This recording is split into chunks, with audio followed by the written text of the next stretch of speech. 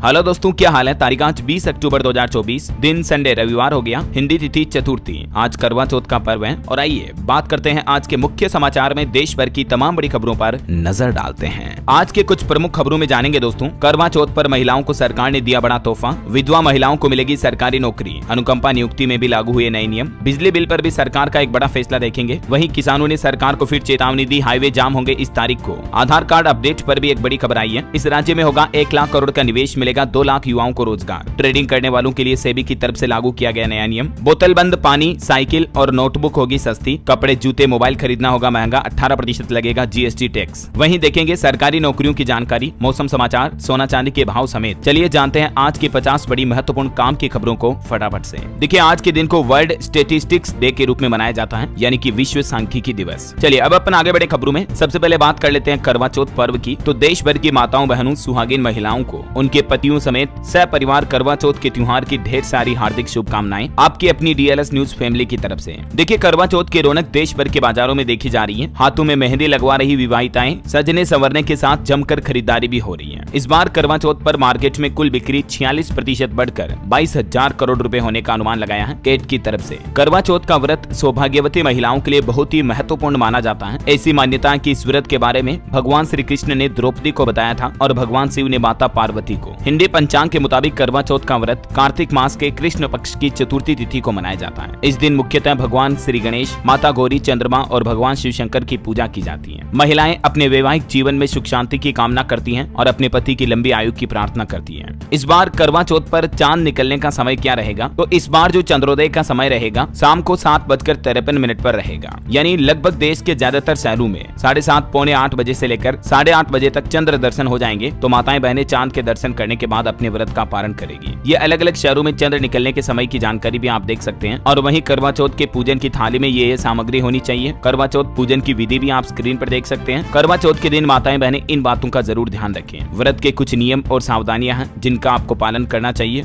और घर में सुख शांति के लिए ये उपाय भी कर सकती हैं। और महिलाएं पति पत्नी में प्रेम बढ़ाने के लिए भी ये उपाय कर सकती हैं। इस बार करवा चौथ पर राहु काल और भद्रा का समय भी रहेगा। भद्रा सुबह रहेगा केवल 20 मिनट तक, सुबह 6:24 से 6:46 तक भद्रा समय रहेगा। और राहु काल शाम के समय लगेगा, शाम को 4:02 से शाम को 5:45 तक। तो इस राहु काल के समय पूजा अर्चना नहीं करनी है। और भी करवा चौथ से जुड़ी कुछ महत्वपूर्ण जानकारियां अगर आप देखना चाहते हैं तो मैंने कल शाम को डीएलएस न्यूज पर इसके संबंधित एक सेपरेट वीडियो डाला है, तो माताएं बहनें इस वीडियो को देख सकती हैं। चलिए, ये तो हो गई इस पर्व की बात। अच्छा, करवा चौथ से जुड़ा एक और अपडेट है। उत्तर प्रदेश में इस बार जेल में जो महिला बंदी है, महिला कैदियां, वो भी अपने पति के साथ करवा चौथ का पर्व मना पाएगी। बंदी गृह में महिला बंदियों के पतियों को आने की इजाजत दी जाएगी इस बार। चलिए अब अपन आगे बढ़ते हैं फटाफट से खबरों में। देखिए आप, अब गाँव में ईज ऑफ लिविंग के लिए मिशन मोड पर आई मोदी सरकार। देश भर में आयोजित होंगे 4 कार्यशाला। ईज ऑफ लिविंग यानी कि जीवन की सुगमता को बढ़ाने के लिए लगातार सरकार नए प्रयास कर रही है और शहरों के बजाय अब ग्रामीण भारत में भी जीवन की सुगमता बढ़ाने के लिए सरकार ने एक नया मिशन मोड शुरू किया है। पंचायती राज संस्थाओं के माध्यम से नागरिक केंद्रित सेवाओं को और तेज गति से धरातल पर उतारने के लिए पंचायती राज मंत्रालय ने पूरे रोडमैप के साथ काम करना शुरू कर दिया है। और इसी के सिलसिले में सरकार ने देश भर में 4 कार्यशालाएं भी आयोजित करने का प्लान बनाया है। कृषि, स्वास्थ्य, शिक्षा और समाज कल्याण के मकसद से ये सरकार का प्लान है। देख सकते हैं आप इस बारे में जानकारी भी। और वहीं दोस्तों, आज 20 अक्टूबर को उत्तर प्रदेश वाराणसी का दौरा करेंगे प्रधानमंत्री नरेंद्र मोदी। पीएम के आने से पहले ये विशेष बैनर भी लगाए जा रहे हैं। पीएम मोदी आज रविवार को वाराणसी को 6,611 करोड़ रुपए की 23 परियोजनाओं की सौगात देंगे। अलग अलग तरह की परियोजनाओं का शिलान्यास और उद्घाटन करेंगे, जिसमें आरजे शंकर नेत्र चिकित्सालय भी शामिल है। पीएम मोदी के कार्यक्रम में यूपी वाराणसी में 4,000 से ज्यादा खिलाड़ी भी जुटेंगे और पीएम आज काशी की जनता को संबोधित करेंगे। चलिए अगली खबर देखिए। सरकार ने आस्क आवर एक्सपर्ट सीरीज भी शुरू की ई गवर्नेंस और डिजिटल इंडिया को बढ़ावा देने के लिए। और इसके तहत सरकार अपने डिजिटल इंडिया यूट्यूब चैनल पर अब लाइव कार्यक्रम प्रकाशित करेगी, जिसमें आम लोग कोई भी क्वेश्चन आंसर कर पाएंगे। और इस कार्यक्रम का पहला एपिसोड कल आयोजित हुआ, जिसका टॉपिक था डिजी लॉकर। तो आप एक्सपर्ट से इस संबंध में सवाल जवाब कर सकते हैं। इलेक्ट्रॉनिक्स और सूचना प्रौद्योगिकी मंत्रालय की तरफ से ये आस्क आवर एक्सपर्ट की शुरुआत की है। वहीं पीएम मोदी ने कल नेशनल लर्निंग वीक यानी कर्मयोगी सप्ताह का भी उद्घाटन किया। 30 लाख से ज्यादा सिविल सर्वेंट इसमें शामिल हुए। हर एक को 4 घंटे की ट्रेनिंग देना जरूरी था। ये मिशन कर्मयोगी का लक्ष्य क्या है, इस बाबत जानकारी भी आप देख सकते हैं। चलिए अगली बड़ी अच्छी खबर देखिए। खत्म होगा 12% वाला जीएसटी स्लैब। कपड़े, प्रॉपर्टी, काफी चीजें सस्ती हो सकती हैं। मोबाइल खरीदने पर भी जीएसटी में कटौती करने की उम्मीद है। सरकार ये प्लानिंग कर रही है। 20 20 लीटर पानी की बोतल और साइकिल वगैरह भी सस्ती होगी। ग्रुप ऑफ मिनिस्टर्स ने 13% तक जीएसटी घटाने की सिफारिश की है इन चीजों पर। हालांकि जूते, घड़ियां वगैरह ये 10% तक महंगी हो सकती हैं, क्योंकि सरकार कई चीजों पर जीएसटी घटाने की और कई चीजों पर जीएसटी टैक्स स्लैब बढ़ाने की प्लानिंग कर रही है। मैंने आपको कल बताया था ना कि जीएसटी काउंसिल की मीटिंग से पहले केंद्र सरकार के मंत्रियों के समूह GOM की बैठक हुई और इस बैठक में कई चीजों पर जीएसटी दरों को कम करने की सिफारिश की गई है, जबकि कुछ चीजों पर जीएसटी दर को बढ़ाने का प्रस्ताव दिया है। तो इस सिफारिश के मुताबिक बोतल बंद पानी, साइकिल, नोटबुक, किताबें वगैरह ये तो सस्ती होगी, और जो सौंदर्य प्रसाधन यानी ब्यूटी पार्लर से जुड़ी सामग्री है और लग्जरी कलाई, घड़ियां, जूते वगैरह ये महंगे होंगे। अब इन चीजों पर फाइनल फैसला तो अगली जो जीएसटी काउंसिल की मीटिंग होगी उस पर लिया जाएगा। फिलहाल तो ये सुझाव दिए गए हैं। इसके अलावा भी 5 लाख रुपए तक के हेल्थ इंश्योरेंस पर भी जीएसटी से छूट मिल सकती है आम आदमी को।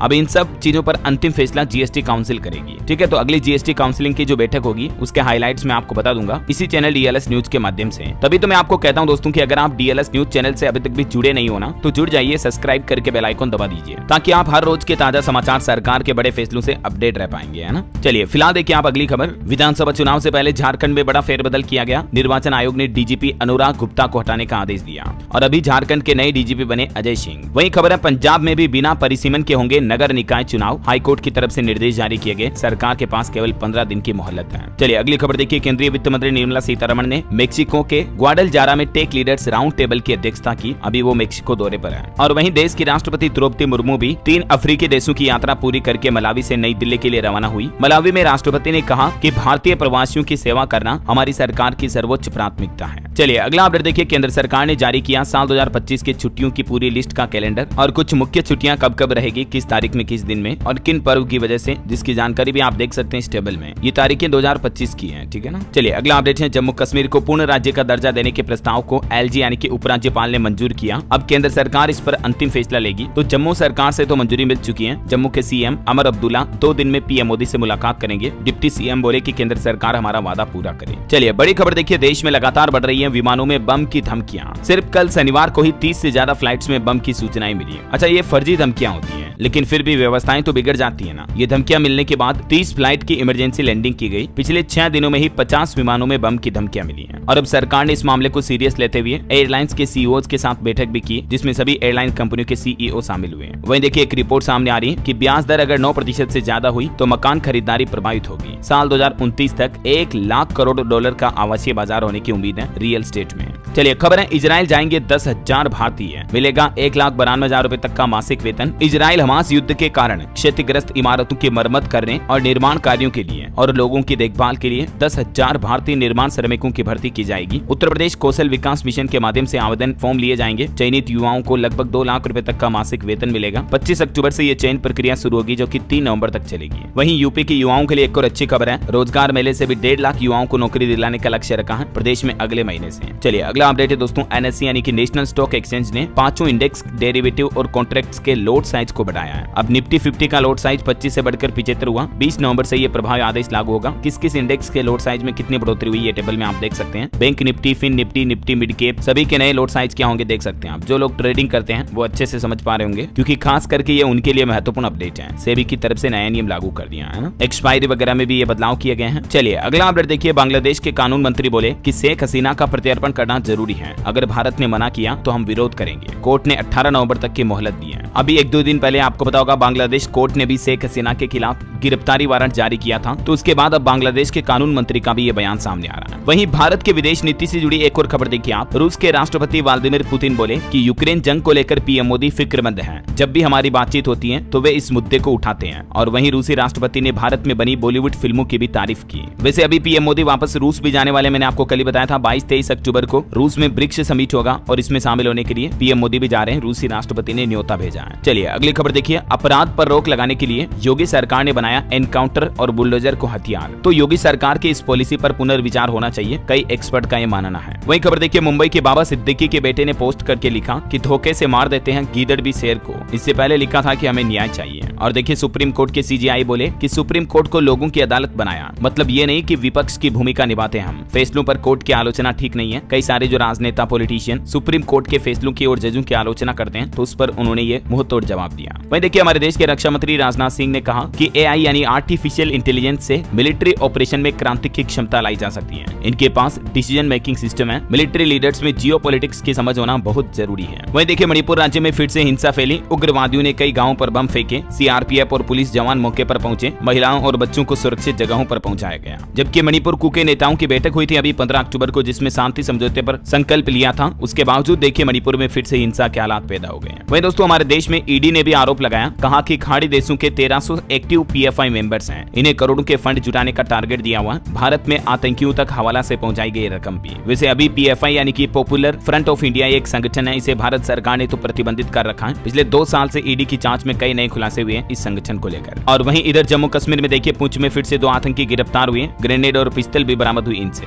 ये मंदिर और अस्पताल में हमला करने वाले थे, लेकिन इससे पहले इंडियन आर्मी ने इनकी साजिश को नाकाम कर दिया। और एक बदकिस्मती भरी खबर देखिए दोस्तों, हरियाणा की यह घटना है। एक युवक की जान जाने के बाद 2 सरकारी नौकरियां मिली उसे। वो कैसे? क्योंकि सरकारी नौकरियों में पहले फॉर्म भर रखा था, परीक्षा दे रखी थी, लेकिन रिजल्ट आने के 47 दिन पहले ही युवक को हार्ट अटैक आ गया और जान चली गई। और इसकी जान जाने के बाद HSSC यानी हरियाणा कर्मचारी चयन आयोग ने ग्रुप C और D की भर्तियों का रिजल्ट जारी किया, तो दोनों में हरियाणा नारनौल के मुकेश का चयन हो गया। मतलब देखिए आप इसे क्या कहोगे? आप इतनी मेहनत की होगी, तैयारी की, परीक्षा दी और शख्स अपना रिजल्ट भी नहीं देख पाया, जबकि रिजल्ट सिलेक्शन वाला आया। चलिए पॉलिटिक्स से जुड़े कुछ अपडेट देखिए दोस्तों। राहुल गांधी झारखंड में बोले कि 50% आरक्षण को हम तोड़ देंगे। झारखंड की 70 सीटों पर मिलकर लड़ेगी कांग्रेस और जेएमएम। राजद को भी 7 सीटें ऑफर की हैं। चुनाव की तारीखों की घोषणा के बाद गठबंधन की तैयारियां भी शुरू हो गई हैं। वहीं भाजपा ने भी 8 राज्यों की 25 सीटों पर उपचुनाव के लिए भाजपा उम्मीदवार घोषित कर दिए हैं। केरल वायनाड लोकसभा सीट पर प्रियंका गांधी के खिलाफ नव्या हरिदास चुनाव लड़ेगी। झारखंड चुनाव में बीजेपी ने पहली लिस्ट में 66 नाम जारी किए हैं। प्रियंका गांधी भी 23 अक्टूबर को केरल वायनाड में नामांकन दाखिल करेगी। कांग्रेस के लिहाज से ये काफी महत्वपूर्ण सीट है। फिर वहां रोड शो भी निकालेगी। राहुल गांधी भी मौजूद रहेंगे इस दरमियान। इधर महाराष्ट्र में भी एनडीए के बीच सीट शेयरिंग फाइनल हुई। भाजपा 155, शिवसेना 78 और एनसीपी 55 सीटों पर चुनाव लड़ेगी। और वहीं देखिए हरियाणा में भी नई सरकार बनने के बाद मंत्रियों को स्टाफ अलॉट कर दिए हैं। 11 कैबिनेट और 2 राज्य मंत्रियों को मिले 52 कर्मचारी। मुख्य सचिव ने आदेश भी जारी किए। चलिए अगला अपडेट है दोस्तों, अब मिलेगा सस्ता प्याज। आज दिल्ली आएगी कांदा एक्सप्रेस ट्रेन और अब आम लोग भी सस्ते रेट में प्याज खरीद पाएंगे। ये ट्रेन महाराष्ट्र से रवाना होगी जो दिल्ली पहुंचेगी 20 अक्टूबर को और लगभग 2500 से 2600 टन प्याज की आपूर्ति की जाएगी। इसके माध्यम से दिल्ली आएगा 1600 टन प्याज, जिसे 35 रुपए किलो बेचेगी सरकार। वहीं खबर देखिए इंडिया यूएस के बीच खबर आ रही कि भारत ने अमेरिका को दिया खनिज साझेदारी समझौते का प्रस्ताव। इलेक्ट्रिक वाहन कंपनियों को मिलेगा लाभ। और वहीं देखिए दोस्तों महाराष्ट्र के अंबेडकर इंटरनेशनल सेंटर में एक कार्यक्रम को संबोधित करते हुए पीएम मोदी ने कहा कि खुद को तकनीक विकास के साथ अपडेट रखें। लोक सेवकों से बोले पीएम नरेंद्र मोदी। चलिए बड़ी खबर है, ईएसआई को लेकर सरकार ने एक बड़ा फैसला लिया और इस बात की मंजूरी दे दी है। दरअसल सरकार का प्लान यह है कि जो आयुष्मान भारत पीएम जन आरोग्य योजना है, उसके साथ ही कर्मचारी राज्य बीमा योजना जो है ईएसआई, दोनों को एक साथ लाने की मंजूरी मिल चुकी है। मतलब दोनों योजनाओं को मर्ज किया जाएगा। ज्यादा से ज्यादा लाभार्थियों के लिए स्वास्थ्य सेवाओं की पहुंच को बढ़ाने के लिए सरकार ने ईएसआई को लेकर यह बड़ा फैसला लिया है और दोनों योजनाओं के साथ मर्जर को मंजूरी दे दी है। तो सरकार के इस फैसले से ज्यादा राज्य कर्मचारियों को बीमा योजनाओं का लाभ मिल पाएगा, है ना। बहरहाल अभी तो कुछ और महत्वपूर्ण और काम की खबरें देखेंगे दोस्तों, लेकिन फिलहाल वक्त तो चला है आज के ताजा मौसम समाचार जानने का। देखिए बंगाल की खाड़ी में उठ रहा भयंकर चक्रवात तूफान, भारत के कई इलाके डूब सकते हैं। आईएमडी की तरफ से अलर्ट भी जारी किया गया। जहां दरअसल अमेरिका और यूरोपीय मौसम मॉडल ने भी बताया कि साइक्लोन डाना 24 से 26 अक्टूबर के बीच भारत के पूर्वी तट से टकराएगा। जहां एक तरफ पहले से ही दक्षिण भारत में लगातार बारिश की वजह से बाढ़ की स्थितियां बनी हुई है, बंगलुरु वगैरह चेन्नई कई शहरों में। इस बीच मौसम विभाग ने कहा कि इस तूफान की वजह से अगले 24 घंटों में भारत के कई इन इलाकों में भारी बारिश होने की संभावना है। तेलंगाना, तटीय आंध्र प्रदेश, उड़ीसा, पश्चिम बंगाल, झारखंड वगैरह इन राज्यों के अधिकतर तटीय इलाकों में हल्की मध्यम बारिश और कुछ इलाकों में भारी बारिश देखने को मिलेगी। तूफान की वजह से मछुआरों को भी अलर्ट किया है। देखिए उड़ीसा में भी मूसलाधार बारिश की आशंका है। मछुआरों को समुद्र में न जाने की सलाह दी है। और भी अगले 24 घंटों के दौरान मौसम की संभावित गतिविधियां क्या रह सकती हैं। कुछ राज्यों में हल्की मध्यम बारिश की संभावना है, जिसकी डिटेल आप देख सकते हैं स्क्रीन पर। चलिए मौसम के बाद सराफा बाजार पर नजर डालें दोस्तों, तो इस सप्ताह सोने चांदी में तेजी रही है। आज संडे है तो मैं आपको साप्ताहिक रेट बता देता हूँ। मतलब इस पूरे सप्ताह में सोना 1787 रुपए बढ़कर 77,410 रुपए पर पहुंचा, जबकि चांदी 92,283 रुपए प्रति किलो बिक रही है। इस सप्ताह चांदी की कीमतों में भी 2320 रुपए तक की बढ़ोतरी दर्ज की गई। चलिए कुछ मार्केट और कंपनियों की अपडेट देखिए दोस्तों। HDFC बैंक और कोटक महिंद्रा बैंक ने भी अपने तिमाही नतीजे जारी किए। दोनों बैंकों के नेट प्रॉफिट में 5% का उछाल देखा गया। HDFC बैंक का भी प्रॉफिट बढ़ा, इनकम 9% बढ़कर 85,499 करोड़ रुपए रही।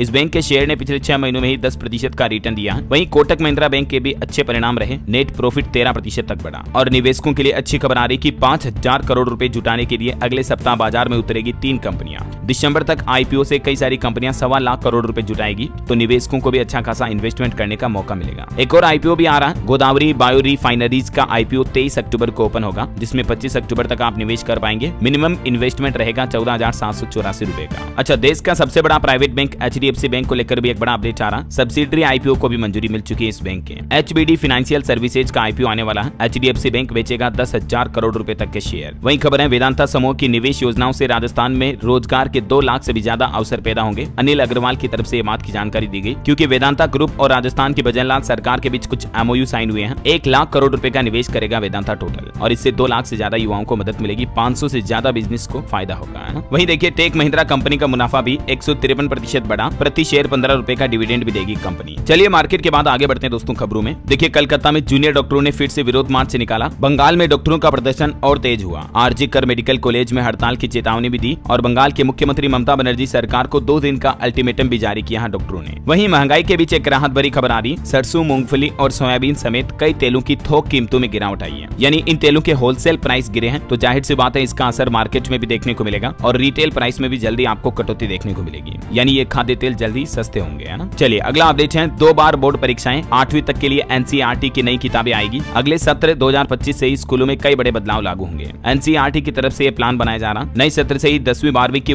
2 बोर्ड परीक्षाएं होगी। शिक्षा मंत्रालय ने इसका प्रस्ताव CBSE को भी पहले से ही भेज दिया है। और खेल समाचार से अच्छी खबर देखिए, भारत ने डिफेंडिंग चैंपियन पाकिस्तान को दी पटखनी, रोमांचक मुकाबले में 7 रन से जीत हासिल की। वहीं खबर है, ईसा अंबानी को मिला हार्पर्स बाजार आइकन ऑफ द ईयर का अवार्ड, मां और बेटी को समर्पित किया यह अवार्ड। वहीं खबर है, नोएडा वासियों के लिए अच्छी खबर देखिए, जेवर एयरपोर्ट से पहले दिन जुड़ेंगे देश के 25 शहर। विदेश जाने के लिए भी 3 फ्लाइट्स यहां से शुरू होगी। ये नोएडा का जो इंटरनेशनल जेवर एयरपोर्ट है, ये अगले साल 17 अप्रैल 2025 से शुरू हो रहा है। चलिए खबर है, हिमाचल प्रदेश के पेंशन धारकों को सुक्खू सरकार ने दिवाली का तोहफा दिया है। 75 साल से ज्यादा रिटायर्ड कर्मचारियों को पूरा एरियर मिलेगा। चतुर्थ श्रेणी के कर्मियों को भी 20% एरियर दिया जाएगा। हिमाचल सरकार ने इस संबंध में नोटिफिकेशन भी जारी कर दिया है। 1 जनवरी 2016 से ही राज्य के कर्मचारियों का एरियर पेंडिंग है, और इसके साथ ही सरकारी कर्मचारियों के DA बढ़ोतरी की अधिसूचना भी जारी कर दी है। DA में भी 4% की बढ़ोतरी की गई, 38 से बढ़ाकर 42 कर दिया है। इसके अलावा हिमाचल सरकार ने कहा कि 28 तारीख से पहले 28 अक्टूबर तक एनी हाउ सैलरी, बकाया एरियर, DA वगैरह सब कुछ मिल जाएगा सरकारी कर्मचारियों को, है ना। चलिए अगली खबर है, जीतन राम मांझी ने दिल्ली हाट में खादी प्रदर्शनी का उद्घाटन किया। वोकल फॉर लोकल को बढ़ावा मिलेगा इससे। वहीं खबर है, आने वाले वर्षों में 1,20,000 करोड़ रुपए के मत्स्य निर्यात का लक्ष्य रखा है। केंद्रीय पशुपालन और डेयरी मंत्री राजीव रंजन सिंह की तरफ से सरकार का यह प्लान बताया गया। अच्छा, आधार कार्ड को लेकर एक बड़ा अपडेट सामने आ रहा। देखिए, आधार कार्ड में अपडेट कराना और भी आसान हो चुका है, क्योंकि सरकार ने कुछ नई जगहों पर भी ये सुविधा शुरू की है। अभी लोगों को आधार संबंधित सेवाएं देने के लिए पूरे भारत में 13,352 आधार नामांकन सह अपडेशन केंद्र स्थापित किए गए हैं सरकार की तरफ से। अच्छा, इसके अलावा भी दोस्तों इंडिया पोस्ट की तरफ से सोशल मीडिया पर यह जानकारी शेयर की गई है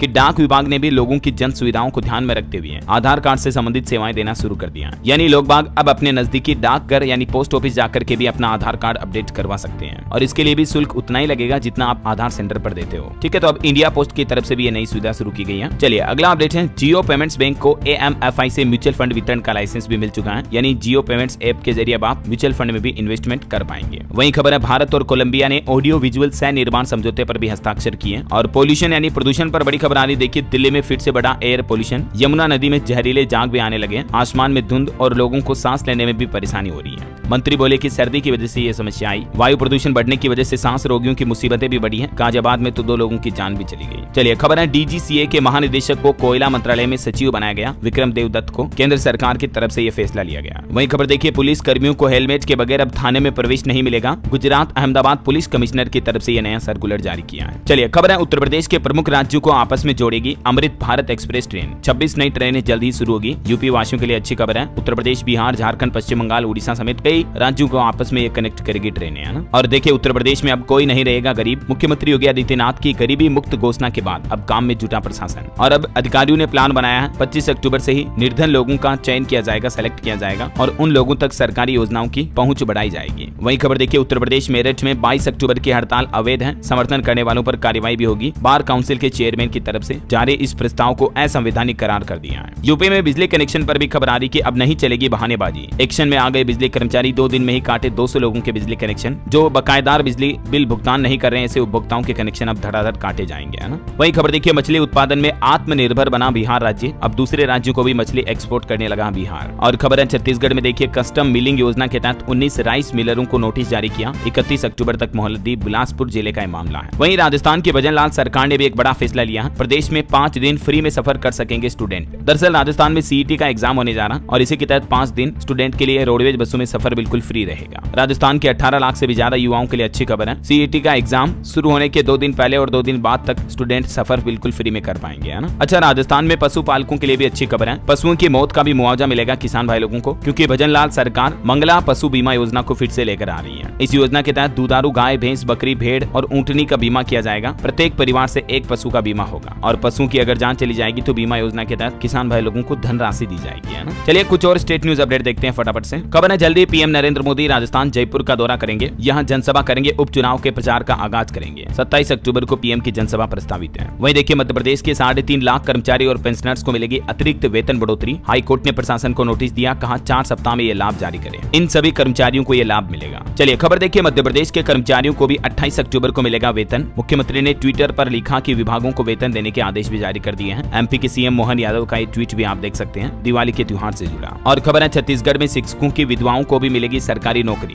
अनुकंपा नियुक्ति देने का फैसला किया है छत्तीसगढ़ की विष्णुदेव साय सरकार ने। महिलाओं ने गजमाला से मुख्यमंत्री का स्वागत भी किया, देख सकते हैं आप। वहीं छत्तीसगढ़ में एमएसएमई का अलग से मंत्रालय बनाने की भी घोषणा की है। भिलाई में सीएम साय बोले कि राज्य स्थापना दिवस पर लागू होगी नई उद्योग नीति भी। और देखिए यूपी लखनऊ में नशा मुक्ति के लिए दौड़े 6000 लोग, 53 धावकों को मिला 25 लाख रुपए का इनाम भी। मुजफ्फरनगर के अक्षय कुमार रहे फर्स्ट। वहीं यूपी में देखिए अधिकारियों को प्रोफेशनल स्किल का भी मिलेगा प्रशिक्षण। एसीएस गृह दीपक कुमार ने कोर्ट को ये बात की जानकारी दी। और देखिए गोरखपुर के किसानों को भी बड़ा सहारा मिलेगा। एग्रीगेटर योजना के तहत अनुदान पर कृषि यंत्र उपलब्ध कराए जाएंगे। बायोगैस प्लांट का उत्पादन भी बढ़ाया जाएगा। किसान भाई लोग इस योजना के लिए 22 अक्टूबर तक आवेदन कर सकते हैं। गोरखपुर के अलावा भी दूसरे जिलों में भी किसानों के लिए ये योजना अभी खुली है। वहीं देखिए बिहार में 6735 लोगों को जीविकोपार्जन योजना का लाभ मिलेगा। 2 लाख रुपए तक की सहायता दी जाएगी। शराब धंधे से जुड़े लोगों के लिए सतत जीविकोपार्जन योजना शुरू की गई है बिहार सरकार की तरफ से। और इस योजना के तहत 2 लाख की आर्थिक मदद दी जाएगी, जिस राशि से रोजगार शुरू कर 15 से 20 हजार रुपए तक महीना कमा पाएंगे, है ना। वहीं देखिए बिहार पटना में भी डेंगू के 70 नए केस आए। पूरे राज्य में 5093 मामले हैं। पिछले 24 घंटों में 2 मरीजों की मौत हुई। अब तक 14 लोगों की जान गई डेंगू से। चलिए खबर है सुप्रीम कोर्ट ने झारखंड हाईकोर्ट के फैसले पर लगाई रोक। धनबाद में कोयला चोरी की सीबीआई नहीं करेगी जांच। शीर्ष कोर्ट ने अरूप चटर्जी को नोटिस जारी कर जवाब भी मांगा। हरियाणा में देखिए एक बड़ी दुर्घटना हो गई। पंचकुला में एक स्कूल बस खाई में गिर गई, 14 बच्चे घायल हो गए। हालांकि गनीमत रही कि किसी बच्चे की जान नहीं गई। वहीं हरियाणा में रेलवे से भी खबर आ रही, 30 ट्रेनों में कोच बढ़ाए गए। रेलवे ने दिवाली के मद्देनजर ये फैसला लिया। अस्थायी तौर पर 57 अतिरिक्त कोच भी लगाए गए। चलिए बड़ी खबर देखिए, पंजाब सरकार को किसानों ने चेतावनी दी। धान खरीदी व्यवस्था को सुधारने की मांग की, कहा कि वरना हम अनिश्चितकालीन के लिए हाईवे जाम करेंगे। पंजाब के जालंधर में भारतीय किसान यूनियन ने 21 अक्टूबर को नेशनल हाईवे जाम करने की धमकी दी है। हालांकि किसानों की इस धमकी के बाद पंजाब के मुख्यमंत्री भगवंत मान ने किसानों के साथ मीटिंग भी की। इस दौरान डीजीपी भी बैठक में मौजूद रहे। मुख्यमंत्री बोले कि 16 लाख एमटीए धान खरीदी जा चुकी है, लेकिन उसके बावजूद भी अभी तक किसान भाई लोग पंजाब सरकार की धान खरीदी से संतुष्ट नहीं है। वहीं देखिए दोस्तों, पंजाब चंडीगढ़ में 4000 घरों पर सोलर पैनल लगाने के आदेश जारी हुए। यूटी ने 2 महीने का समय दिया, वरना जब्त होगी संपत्ति। और खबर है चंडीगढ़ उपभोक्ता आयोग के सदस्यों का कार्यकाल भी 6 महीने तक बढ़ाया गया। पंजाब एंड हरियाणा हाईकोर्ट की तरफ से आदेश जारी हुआ। वहीं खबर अब ट्रैफिक नियम तोड़ने वालों की खेर नहीं। वीओसी ऐप के जरिए भी अब कांस्टेबल काट सकेंगे चालान। गुजरात अहमदाबाद में ये नया सिस्टम शुरू किया गया। और खबर है अब ना बेवक्त होगी पूछताछ, ना ही करना होगा इंतजार। ईडी ने भी अपने अधिकारियों को निर्देश जारी किया कि ईडी जो अब पूछताछ के लिए लोगों को बुलाएगी तो नियम कानून कायदों के अंतर्गत ही बुलाना होगा। वहीं बिहार से खबर देखिए, अब गृह जिले में ही होगा विकलांग शिक्षकों का सेवाकालीन प्रशिक्षण। राज्य शिक्षा शोध एवं प्रशिक्षण परिषद की तरफ से ये नई पहल की गई और आदेश भी जारी कर दिया। चलिए खबर है हिमाचल प्रदेश में अब बाहरी लोग नहीं चला सकेंगे गेस्ट हाउस। सीएम सुक्खू सरकार ने होम स्टे के नियमों में भी बदलाव किया। और देखिए उत्तर प्रदेश प्रयागराज महाकुंभ 2025 को लेकर श्रद्धालुओं से विनम्र व्यवहार के लिए पुलिस कर्मियों को प्रशिक्षण देगी योगी सरकार। 7 तरीकों के जरिए इन डेप्थ ट्रेनिंग करवाई जाएगी। अच्छा, यूपी में एक और नई पहल शुरू की गई है। बिजली बिल में दिक्कत हो या मीटर में, अब कार्यालयों के नहीं काटने पड़ेंगे चक्कर। यूपी पीसीएल की तरफ से इंतजाम कर दिया गया है। घर बैठे ही अब बिजली उपभोक्ता ऑनलाइन ऑनलाइन शिकायत दर्ज करा पाएंगे। अगले महीने 15 नवंबर से ही ये नई व्यवस्था शुरू की जा रही है और जल्द ही पूरे यूपी में इस नई व्यवस्था का विस्तार किया जाएगा ना। चलिए दोस्तों कुछ एजुकेशनल खबरें देख लेते हैं। देखिए छात्र छात्राओं के लिए बड़ी अच्छी खुशखबरी है, अब घर बैठे ही ले सकेंगे फ्री में जेईई, नीट और एसएससी की कोचिंग भी। एनसीईआरटी की तरफ से इंजीनियरिंग, मेडिकल और सरकारी नौकरियों की तैयारी कर रहे छात्रों के लिए ये नया पोर्टल शुरू किया गया और इस पोर्टल पर आईआईटी से लेकर नीट तक के विशेषज्ञ निःशुल्क कोचिंग देंगे।